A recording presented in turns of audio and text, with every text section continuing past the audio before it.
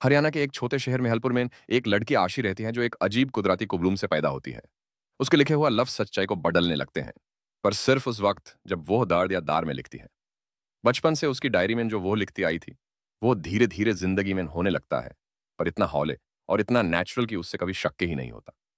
जब तक कि एक दिन वो गुस्से में लिख देती है, कश किसी को पता चल जाए कि मेहलपुर की हवा में कोई राज छुपा है। अगली ही सुबह शहर में एक अनजान जर्नलिस्ट आता है, रेयान, जो कुछ ऐसे क्लूज लेकर आया होता है जो आशी की डायरी से मिलते जुलते हैं। रेयान को शक है कि मेहलपुर में भाग्य बदलने वाली लिखावट का कोई पुराना राज छुपा है, जिसका जिक्र 168 साल पुराने दस्तावेज में मिलता था। The shadow scribe. रेयान बिना जाने आशी के लिखे हुए लफ्जों के असार में आता जा रहा है। आशी को शक तो होता है, पर वो अपनी कुबलूम से डरते डरते रेयान को दूर रखने लगती है। तब पता चलता है कि रेयान खुद भी एक राज छुपा रहा है।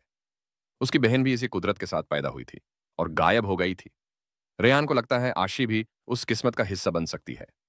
आशी की कुबलूम का इरादा कभी बुरा नहीं था, पर डायरी के लफ्ज धीरे धीरे अपनी मर्जी चलाने लगते हैं, जैसे वो डायरी जिंदा हो। डायरी का असल राज यह है कि वो एक पुरानी साया लिखारी की थी जिसने मौत से पहले अपने सारे दर्द उसमें बैंड कर दिए थे। अब वो दर्द आशी के लफ्जों को मोद रहे हैं। क्लाइमैक्स आशी को अपने लिखे हुए एक भयानक भविष्य को मिटाना होगा, जिसमें रेयान मर जाता है।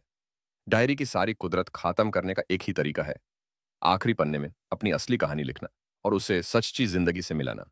पर अगर वो ऐसा करती है तान है तो डायरी उसका एक हिस्सा, शायद याद, शायद पहचान, नुकसान करेगी।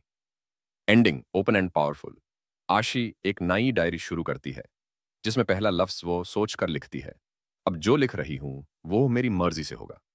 और हवा का एक हल्का सा झोंका पेज पलट देता है, जैसे कोई कह रहा